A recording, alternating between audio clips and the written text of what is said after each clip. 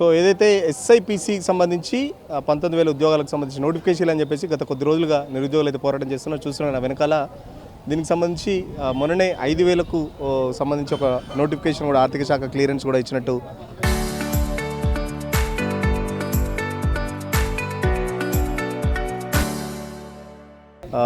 ఒక press note కూడా విడుదల చేసింది ప్రభుత్వం. వీళ్ళ అసిస్టేషన్ తర్వాత మళ్ళీ ఒక 2,000 పోస్టులు పెంచారని చెప్పేసి కూడా మళ్ళీ చెప్తున్నారు. సో మాట్లాడించే ప్రయత్నం చేద్దాం. నిరుద్యోగ యువత నాయకులు ఉన్నారు. బ్రదర్, ఏంటి మొన్న 5,000 ఇచ్చారు, మళ్ళీ నిన్న 2,000 పెంచారు, అంటే ప్రభుత్వం దగ్గర ఉందా ఏంటి, ఎంత ఖాళీలు ఉన్నట్టు? మరి ఫస్ట్ టైం 5,000 అన్నారు, మా దగ్గర పోస్టులు లేవు, గయ్యే 5,000 ఉన్నాయని చెప్పేసి అన్నారు. మరి రాత్రి 2,500 పెరిగినాయి. అంటే 19,000 ఉన్నాయి కానీ ఇవ్వడానికి మనసు ఒప్పట్లేదు, బడ్జెట్ లేదంటారు. మూసీ అందానికి ఉన్నాయి, అందాల పోటీలు పెట్టడానికి డబ్బులు ఉన్నాయి, మెస్సీతో ఫుట్బాల్ ఆడడానికి డబ్బులు ఉన్నాయి. కానీ నిరుద్యోగుల భవిష్యత్తు బంగార బాట ఏంటంటే మాత్రం వాళ్ళ దగ్గర డబ్బులు లేదు, బడ్జెట్ లేదని చెప్పేసి ఇలా మమ్మల్ని ఒక అవహేళన చేసే విధంగా మాట్లాడుతున్నారు. రేవంత్ రెడ్డి గారు ఒక్కసారి అర్థం చేసుకోండి. మిమ్మల్ని ఏదో ఇబ్బంది పెట్టాలని, మిమ్మల్ని ఏదో మాట్లాడితే మాకు ఏదో వస్తుందని కాదు, మా బాధను అర్థం చేసుకోండి. పోయినసారి బ్యూరోక్రాట్స్ మాట విని కేసీఆర్ గారు బొంద పెట్టుకున్నారు. మీరు కూడా అదే బ్యూరోక్రాట్స్ మాట వింటే మాత్రం మీరు కూడా బొందం పెట్టుకుని వెళ్ళిపోతారు. మీ ప్రభుత్వం కాలం కూడా దగ్గర పడుతుంది. కాబట్టి దయచేసి ఆలోచన చేయండి. ఇంతమంది నిరుద్యోగులు కొట్లాడుతున్నారు. 19,000 దాంట్లో 15,000 నువ్వు 3 దఫాలు ఎవరు అడగట్లేడు నిన్ను. ఒక్కసారి వేసేసి తర్వాత నువ్వు ఎలక్షన్స్కి వెళ్ళిపో. నేను ఎవడేమన్నాడు, వేసిన 19,000 వేసిన చెప్తాం, మేమే ఆపుతాం, మేమే మిమ్మల్ని రేపు గ్రాడ్యుయేట్ ఎమ్మెల్సీలో గెలిపిస్తాం, రాబోయే ఎలక్షన్లో బంగారు మేము భుజాలపైన వేసుకొని ఇస్తాం. కానీ ఇట్లా మాట్లాడడం చాలా బాధాకరమైన విషయం. ఇంకో విషయం, మీరు ఎండ్రిని తాగండి, బావిలో దూకండి, ఆ మాటలు మాట్లాడకండి. ఇలా నిరుద్యోగుల పునాదులపైనే మీ ప్రభుత్వం ఏర్పడింది.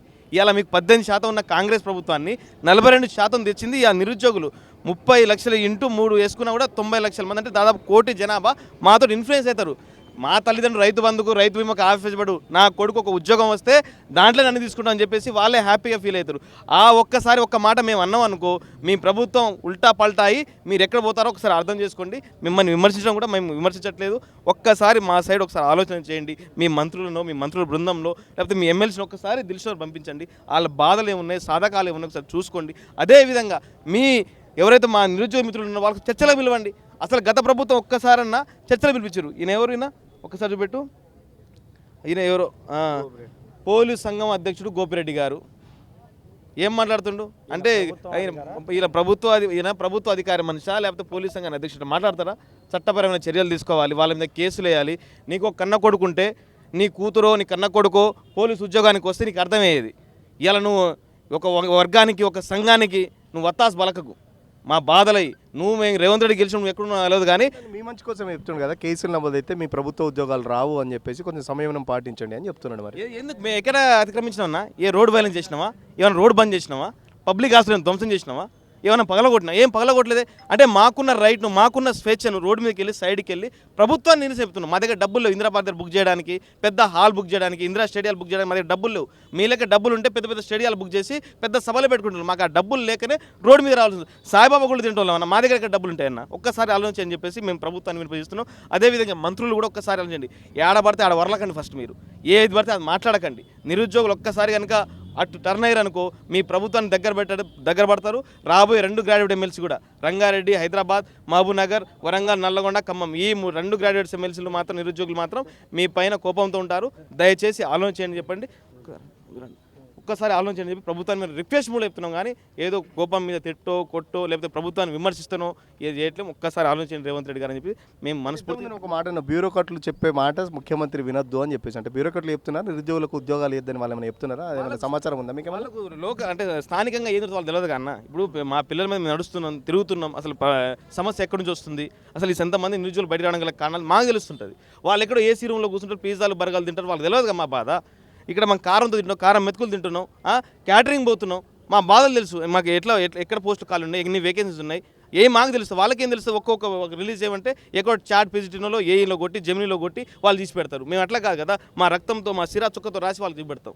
మాకు వాళ్ళకి డిఫరెంట్ ఏంటంటే మేము కష్టం వెనక బ్యాక్గ్రౌండ్లో ఏముందో తెలుస్తుంది, వాళ్ళకి ఆ విషయం తెలియదు. కాబట్టి అనవసరంగా మీరు మోసపక్కండి అని చెప్పేసి రేవంత్ రెడ్డి గారిని మేము రిక్వెస్ట్ చేస్తున్నాం, దండాలు పెడుతున్నాం. ఇప్పటికీ మంత్రులు కూడా ఒక్కొక్క స్టేట్మెంట్ ఇస్తున్నారు కదా, ఒక మంత్రి 70,000, ఒక మంత్రి 60,000, ఒక మంత్రి 80,000 అని చెప్పేసి కూడా. అసలు ఈ ప్రభుత్వం వచ్చిన తర్వాత అసలు ఎన్ని ఉద్యోగాలు ఇచ్చింది మీకు? మంత్రుల మాటల విషయానికి వస్తే, మంత్రులకు అసలు ఒక ఆయన 70,000 అంటాడు, ఒక ఆయన పీసీసీ 80,000 అంటాడు, నేనేం తక్కువ దుద్దిలో శ్రీబాబు 90,000 అంటాడు, ఒక ఆయన 1,00,000 అంటే లడ్డు వేలం పాట మనం గణేష్ మండపాలలో ఎట్లా లడ్డు వేలం పాట పాడతారో 70,000 90,000 పాట పాడినట్టు ఆ లడ్డు వేలం పాట మానేయండి. మీరు ఇచ్చిన ఉద్యోగాలు 16,602 ఉద్యోగాలు మాత్రమే ఈ గవర్నమెంట్ వచ్చిన తర్వాత కూడా. అవి కూడా గత ప్రభుత్వం ఫైనాన్స్ అప్రూవల్ పొందింది. మీరు కొత్తగా ఫైనాన్స్ అప్రూవల్ పొంది ఉద్యోగం కూడా నిన్న 7,000 ఏదో వచ్చిందో అది మాత్రమే తప్ప మీరు ఏ ఉద్యోగం కూడా ఏ నోటిఫికేషన్ భారీ నోటిఫికేషన్ ఇవ్వలేదు. ఇలా మంత్రులకు సొయ్యి లేకుండా మాట్లాడుతున్నారు. ఎందుకు ఎంతసేపు అంటే ఎట్లా సంపాదించుకోవాలి ఎట్లా దోచుకోవాలి తప్ప ఈ నిరుద్యోగుల మీద మా సమస్యల మీద ఆయనకు అవగాహన లేదని చెప్పేసి మంత్రుల గురించి మాట్లాడుతున్నాం. నిరుద్యోగులకు మధ్యగా క్రాంతిదళ అధ్యక్షుడు వచ్చారు, మాట్లాడించే ప్రయత్నం చేద్దాం. అన్న చెప్పండి, ఎట్లా చూస్తున్నారు? వీళ్ళు డిమాండ్ చేస్తుంటే పోలీసులు లాఠీ చార్జ్ చేస్తున్నారు, కేసులు పెడుతున్నారు. ప్రభుత్వ ఉద్యోగాలు సంపాదించిన యువత కేసుల బారిన పడితే ఎట్లా చూస్తున్నారు? సో ఇప్పుడు ఈ ముఖ్యమంత్రి ఇంతకుముందు పీసీసీ అధ్యక్షుడు ఉన్నప్పుడు గత ప్రభుత్వం మీద ఇవన్నీ అంశాలు మనకన్నా ఎక్కువ ఆయన మాట్లాడండి బాగా. ఈ మీటింగ్లకు వచ్చి తొడలు కొట్టిండు, మిసాలు తిప్పిండు, మా వాళ్ళని ఎట్లా అరెస్టులు చేస్తారు, పోలీసు వాళ్ళతో మా వాళ్ళని ఎట్లెట్లా లోపడేపిస్తారు, నేను వచ్చినాక ఇవన్నీ ఉండయి, ఇదంతా దొరల పాలన, భూస్వాముల పాలన, గడీల పాలన, బద్దలు కొడతా, నేను వచ్చి కంచెలు తీస్తా, ఇవన్నీ ఆయనే ఎక్కువ మాట్లాడింది కదా చాలా. ఆయనకి ఇవన్నీ తెలుసు. ఆయనే మా వాళ్ళంతా గొడ్డుకారం తిని అల్సర్ల రోగాలకు వస్తున్నారు, కడుపు నొప్పులు లేస్తున్నాయి, 5 రూపాయలు అది రోడ్ల మీద తింటున్నారు వాళ్ళు నూనె కారంతో తింటున్నారు. ఇవన్నీ ఆయనే చాలా ముచ్చట్లు చెప్పిండు. ఇవన్నీ చాలా మీటింగ్లల్లో చాలా సందర్భాలు చేసి రెచ్చగొట్టి జనాలను అది వాస్తవాలు కూడా, అవి వాస్తవాలు ఇప్పటికి కూడా అవే వాస్తవాలు ఉన్నాయి. సో వీళ్ళు బస్సులు పెట్టుకొని పోయి ఊరూరులో పోయి ఓట్లు గివిన్కే ఈయన ఏం చేస్తారు మాటలోడ ఉన్నాడు అంటుంటే కూడా పోయి కడుపులో తలకాయ పెట్టి కాళ్ళు మొక్కి గదమ పట్టుకొని బతిలాడి ఇంట్లోళ్ళను ఊరోళ్ళను అంతా కలిసికట్టుగా పోయి యువకులు మొత్తం బంద్ చేసారు, చదువులని బంద్ చేసి లైబ్రరీలకు అంతా వెకేషన్ ప్రకటించుకొని పోయి వీళ్ళు చెప్తే జనాలు నమ్మి ఓట్లు మా పిల్లగాళ్ళకి ఉద్యోగాలు వస్తాయి కావచ్చు, రాగానే 2 లక్షల ఉద్యోగాలు మొదటి సంవత్సరం. ఆయన ఇంటికి ఒక ఉద్యోగం అన్నాడు, ఆయన ఇయ్యలేదు. నేను రాగానే మొదటి సంవత్సరమే 2 లక్షల ఉద్యోగాలు ఇస్తా అని చెప్పని అందరు పోతిమి, కొంతమంది మేము కూడా పోతిమి చెప్తిమి. నేనైతే కాంగ్రెస్ కానీ అనలే కానీ వాళ్ళకి ఓటేయొద్దని చెప్పినా కానీ ఈ జనాలు మొత్తం పోయి వీళ్ళంతా అందులో ఉన్నోళ్ళే. ఈయన ప్రమాణ స్వీకారం చేసినాడు, బస్ యాత్రలు మేధావులు అందరూ పోయిరు. సరే కొంతమంది పోయి ఇప్పుడు ఎవరు సపోర్ట్ చేస్తలేరు. వీళ్ళు లైబ్రరీల కాడికి వచ్చి మాటలు చెప్పిన వాళ్ళు కూడా ఇవాళ మళ్ళీ ప్రభుత్వంతోనే చేతులు కలిపి ఉన్నారు. సస్యసావని ఏం చేసేది ఉన్నది మరి ఏం చెప్పని మాట్లాడుతారు కొంతమంది. ఈయన వచ్చినాక కూడా మొట్టమొదలు ఎల్బీ స్టేడియంలో ఆయన ఇచ్చిన స్టేట్మెంట్ ఏంటంటే నిరుద్యోగ యువకులు చెబట్టే నేను ఇవాళ పొజిషన్కి వచ్చిన, మా నౌకర్లన్నీ నిరుద్యోగ యువకులు చెబట్టే వచ్చినాయని చెప్పిండు కదా. ఇప్పుడు అదే నోరుతోటి ఇవాళ ఆయన కూడా సావని బుల్డోజర్లు ఎక్కిస్తా అని పిచ్చి మందులు తాగి సావని ఎండ్రిని తాగి సావుమనుడు అంటే అధికార అహంకారము తలకాయకెక్కింది రేవంత్ రెడ్డికి. రేవంత్ రెడ్డి భూమి మీద లేడిప్పుడు ఆయన మొత్తం ఆకాశం మీద ఉన్నాడు.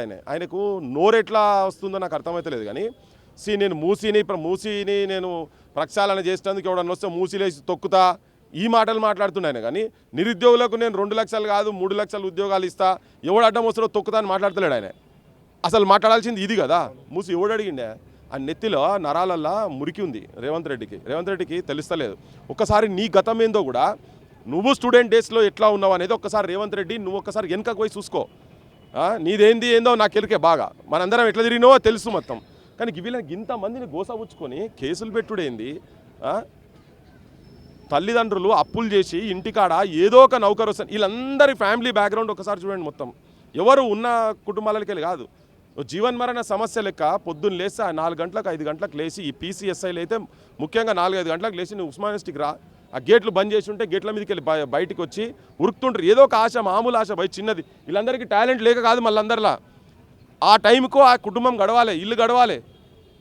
ఇంట్లో ఇప్పటికీ ఇయ్యాలటి కాలంలో కూడా అన్నదమ్ములు ఏదో ఒకటి చిన్న వ్యవసాయం పని చేసుకొని వాళ్ళు కూడబెట్టుకొని అప్పులు చేసినా కానీ తీసుకొచ్చి ఒకరి మీద ఇన్వెస్ట్మెంట్ చేస్తున్నారు. ఇన్వెస్ట్మెంట్ అంటే ఒక మంత్రి కూడా మాట్లాడిన సందర్భం చూసినాం మనం. అందరికీ ప్రభుత్వ ఉద్యోగాలు సాధ్యం కాదు, ప్రైవేట్ సెక్టర్లో కూడా చూసుకోండి అని ఒక సలహా కూడా ఇచ్చిన పరిస్థితి. మరి మీరేమైనా చెప్తారా? ఇప్పుడు వాళ్ళు చెప్పినే కదా, వాళ్ళ మేనిఫెస్టోలా పెట్టిరు కదా. రాహుల్ గాంధీ కూడా వచ్చి ఇక్కడనే కదా ఈ స్టేడియంలో వచ్చే కదా రిలీజ్ చేసింది మొత్తం ఈడ చేసే యాడ మీటింగ్ పోతే వాళ్ళు చెప్పినవి అడుగుతున్నారు కదా, ఎక్కువ అడుగుతున్నారు. ఇంకోటి అప్పుడు దాంట్లో కూడా పెట్టిరు మళ్ళీ 80% పైన ప్రైవేట్ దాంట్లో కూడా రిజర్వేషన్లు అమలు చేస్తున్నారు కదా. 8 మందికి చూద్దాం ఏ కొత్తగా వచ్చిన వాటిలనో పాత వాటిలనో మనోళ్ళు ఇక్కడ తెలంగాణలో నౌకర్లు వచ్చినాయంటే దేనికంటే అనుకుంటాం. మరి అది కూడా లేదు కదా మరి ప్రైవేట్లోనే ఇవ్వాలి కదా. ఇవన్నీ ఏంటంటే వీళ్ళు అహంకారంతో తిన్నరగక నోట్లు లెక్క పెట్టుకునే కాడున్నారు వీళ్ళు మొత్తం.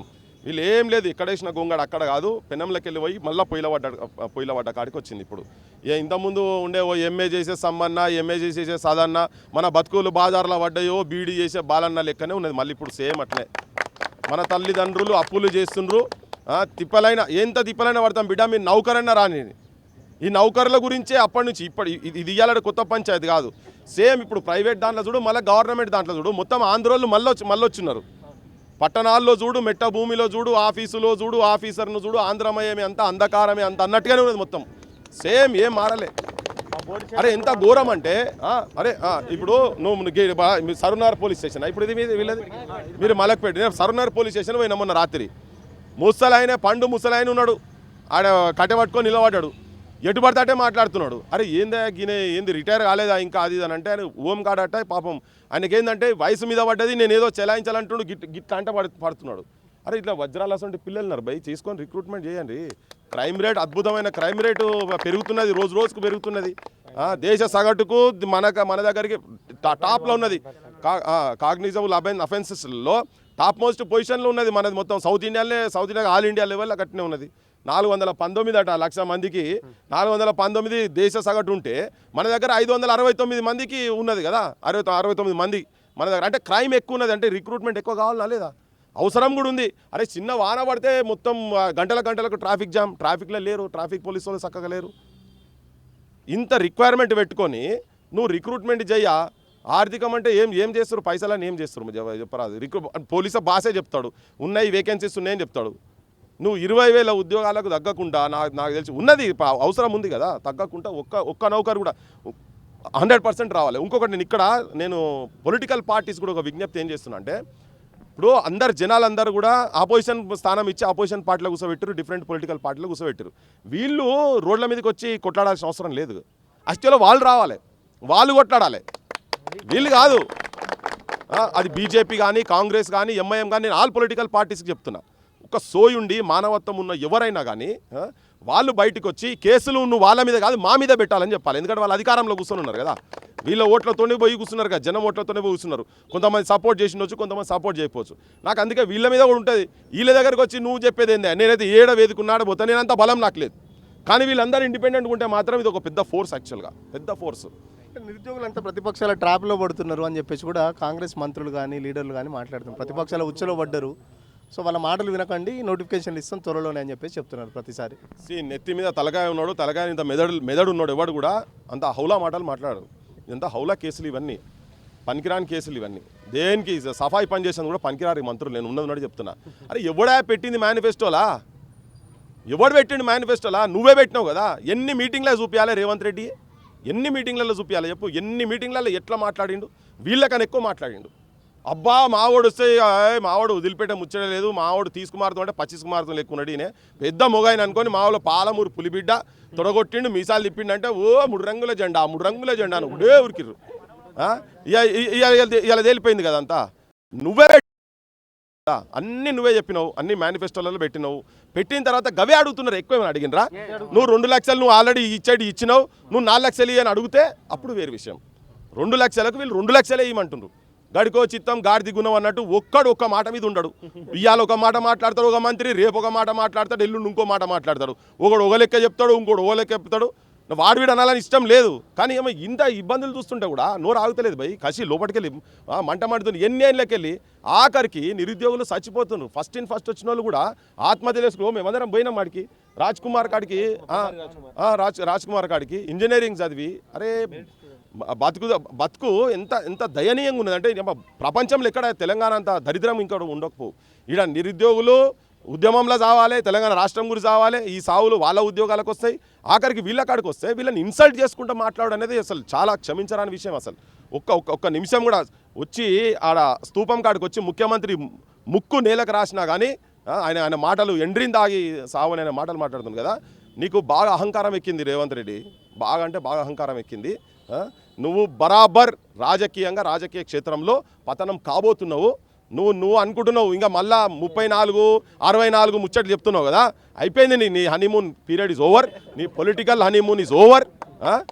అయిపోయింది నీది మొత్తం యు ఆర్ క్లోజ్డ్ పొలిటికల్గా ఏంటిది తెలంగాణ 12,000 కొత్త ఆయననా ఇగో ఇక చూడు నాయన నువ్వే నీ కళ్ళు దొబ్బినాయా నీ చెవులు దొబ్బినాయా నీ నోరు దొబ్బిందా నోట్లు ఏం పెట్టుకున్నావా ఆయన నీ ఆలోచన ఏంది విధవ ఆలోచన ఏ ముఖ్యమంత్రి ఆయన సిగ్గు అనిపిస్తుంది నీ గురించి ఇట్లా మాట్లాడేందుకు నాకే సిగ్గు అనిపిస్తుంది ఏడవైనవు మరి ఓట్లు వేసుకున్నాడు వచ్చిరు ఆడ ఏంది చిక్కటిపల్లి కాడికి వచ్చి నీలోఫర్ ఛాయ్ ఉస్మానియా బిస్కెట్ ఆల్ఫా బిర్యానీ క్యా హే అనగానే మనోళ్ళు కూడా మన లెక్కనే జీన్స్ ప్యాంట్ వేసుకున్నాడు మన లెక్కనే మాట్లాడుతున్న టీ షర్ట్ వేసుకున్నాడు రాహుల్ గాంధీ అంటున్నాం మీరు ఇంకా ఉల్టా అయినా ప్రధానమంత్రిని చేస్తారట ఇక కొత్తగా ముచ్చట చెప్తున్నాడు ఇక మొత్తం ఎన్ని డీటెయిల్స్ మొత్తం పోలీసు 12,150 అట ఇగో రెవెన్యూలా 10,000 అట ఇగో ఇవన్నీ కూడా వాళ్ళు పెట్టినాయి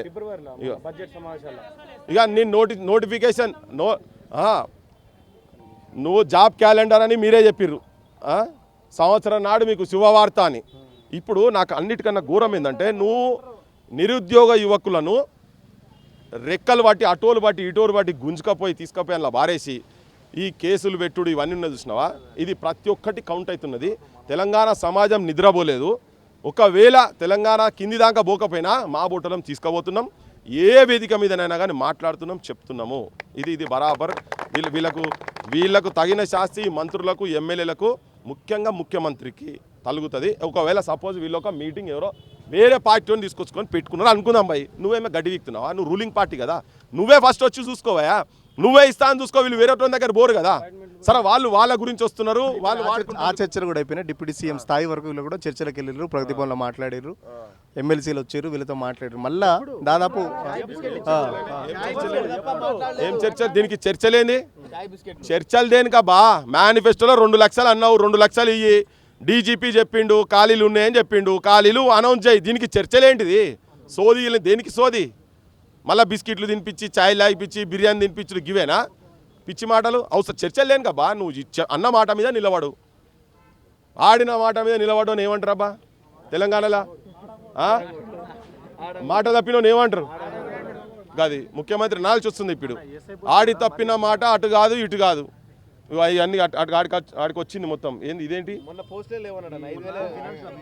అయ్యో అట్లా కాదు ఇవన్నీ ఏ డిపార్ట్మెంట్కి ఆ డిపార్ట్మెంట్ వచ్చింది కదా ఏ డిపార్ట్మెంట్కి ఆ డిపార్ట్మెంట్ వచ్చింది ఇది కాదు అసలు సంగతి ఆయన అన్ని మొత్తం చూసుకొని మేనిఫెస్టోలో పెట్టిండు కదా మరి మేనిఫెస్టోలో పెట్టిన అయితే రావాల్సిందే కదా నువ్వు ఎన్ని మాట్లాడు నువ్వు 400 సార్లు మాట్లాడు గదే మాట నువ్వు అది ఉన్నాయనే వేకెన్సీస్ ఉన్నాయనే అవన్నీ లెక్కలు మాస్గా మేమైతే స్లైడ్లు పెట్టి చూపించినాం అందులో ప్రెస్ క్లబ్లో మొత్తం పెట్టి అందరికీ కనిపిస్తట్టుగా కళ్ళు చక్కగా లేనోనికి అద్దాలు లేకుండా కూడా పేద స్క్రీన్లో పెట్టి నెంబర్లు పెట్టి కూడా చూపించినాం ఎన్ని లక్షలు ఉన్నాయి ఏం సంగతి ఏందనేది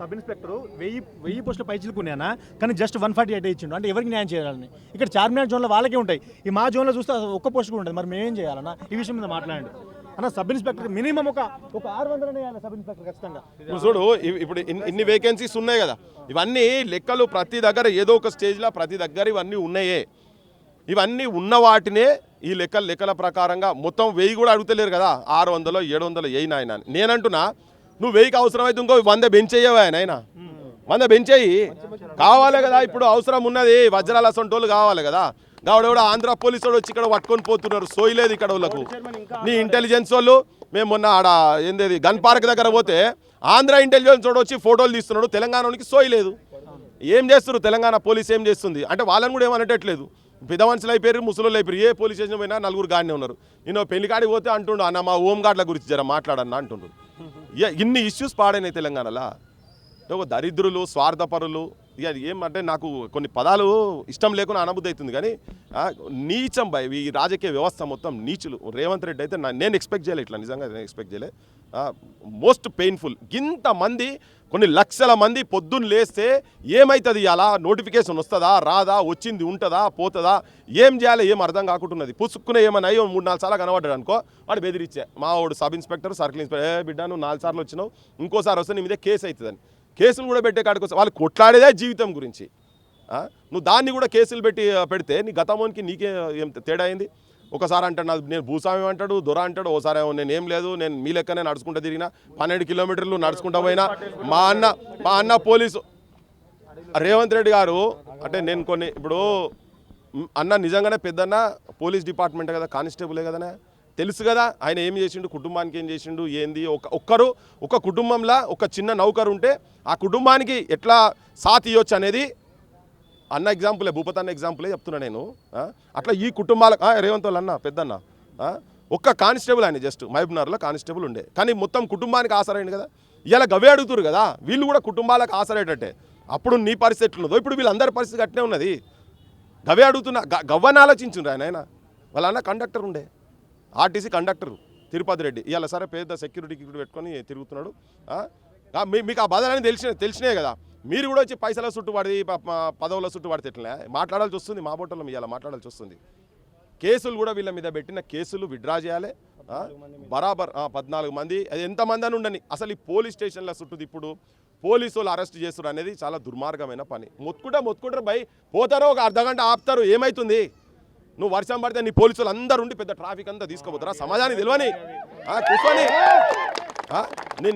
నువ్వు పోయేటప్పుడు చిన్న ముసురు పడితే గంటలు రోడ్ల మీద ట్రాఫిక్ ఆగుతున్నది కదా. ప్రొటెస్ట్ కడుపు గాలి రోడ్డు మీదకి వచ్చారు కూర్చొని, ఏమవుతుంది? అర్ధగంట అవుతుంది. అట్లకెళ్ళి పోతాడు, ఇట్లకెళ్ళి పోతాడు. అర్ధగంట వర్షం పడ్డది అనుకుంటాం, ఆగుతారు. దేనికట వాళ్ళ మీద పెట్టాలి. అసలు అరే వాళ్ళ మీద పెడితే తీసుకోలేదు. అదే వ్యవస్థ అంతా వాళ్ళ చేతుల్లో ఉన్నది. దీనికి అంతా మళ్ళీ ఇంకోటి ఏంటంటే పరిష్కార మార్గము తెలంగాణలో ప్రత్యామ్నాయ రాజకీయ వ్యవస్థ తప్ప వేరేది ఏం లేదు. ఆపోజిషన్స్ ఫెయిల్ అయినాయి, రూలింగ్ పార్టీలు ఫెయిల్ అయినాయి, ఏం లేవు. ఇవన్నీ ఏం లేవు. ఇళ్ళకెళ్ళి ఒకరు 4 బోయాన్లో కూర్చుంటే ఇప్పుడు ఏంటంటే పార్టీల చుట్టూ తిరిగే వారికి ఏమవుతుంటే వాళ్ళ బందీలు అవుతున్నారు. వాళ్ళకి అందరికీ ఎరికే. మొన్న నేను కరీంనగర్కి వస్తుంటే ఒక మిత్రుడు కలిసిండు. ఇంతకుముందు నిరుద్యోగ దాంట్లో ఉండి ఇప్పుడు అధికార పార్టీలు ఉన్న మిత్రుడు, నేను పేరు చెప్పదలుచుకోలే. అన్న ఏందన్నా అంటే నువ్వు గుండె మీద చేసుకొని చెప్పా, మరి నేను మాట్లాడే దాంట్లో ఏమైనా తప్పు ఉన్నదా చెప్పు. నువ్వు అన్న మాకు వేరే ఆప్షన్ లేదు అంటాడు. వాళ్ళకి తెలుసు, అందరికీ తెలుసు. కానీ పైన వీళ్ళ చేతులు ఏం పాడగాదు. ఇలా ఉట్టికొచ్చి మైకుల ముంగట వచ్చి ఇంద్రనాయక్ దొంగ, ఇంకోటి దొంగ, నవీన్ దొంగ, సుభాష్ దొంగ, కుమార్ దొంగ, ఇవే మాట్లాడు. నువ్వు ఆ పార్టీకి పోయినావు, ఆడికెళ్ళి ఇన్ని పైసలు పట్టుకొచ్చుకున్నావట, ఈడికి పోయినావు ఇన్ని పైసలు పట్టుకొచ్చుకున్నావట. మా ఊళ్ళు కూడా కొంతమంది తెలిసేలోకి ఏమంటారు, అది నిజంగానే మొన్నాడు వేరుగా మరి ఎన్ని ఇచ్చిందో.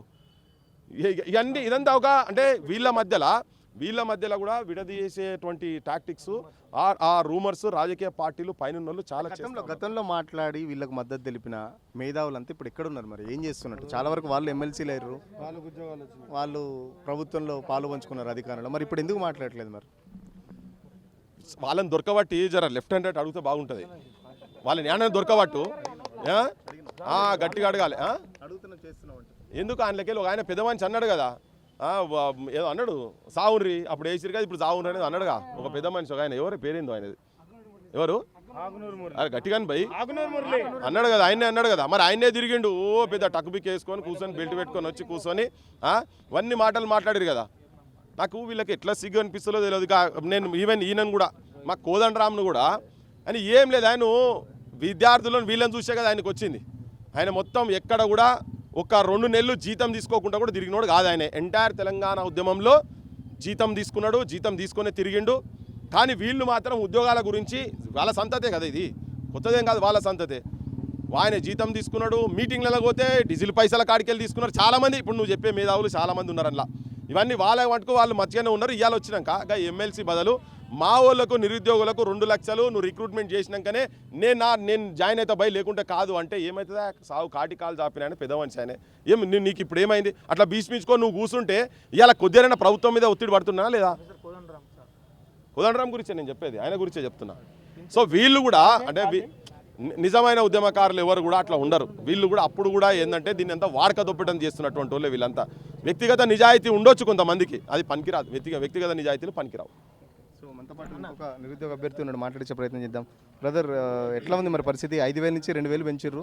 మళ్ళీ మీ పోరాటాలు ఏమైనా వేస్తే ఇంకా పోస్ట్ టైంలో పెరుగుతాను ఆశ ఉందా? ఏం చెప్తారు?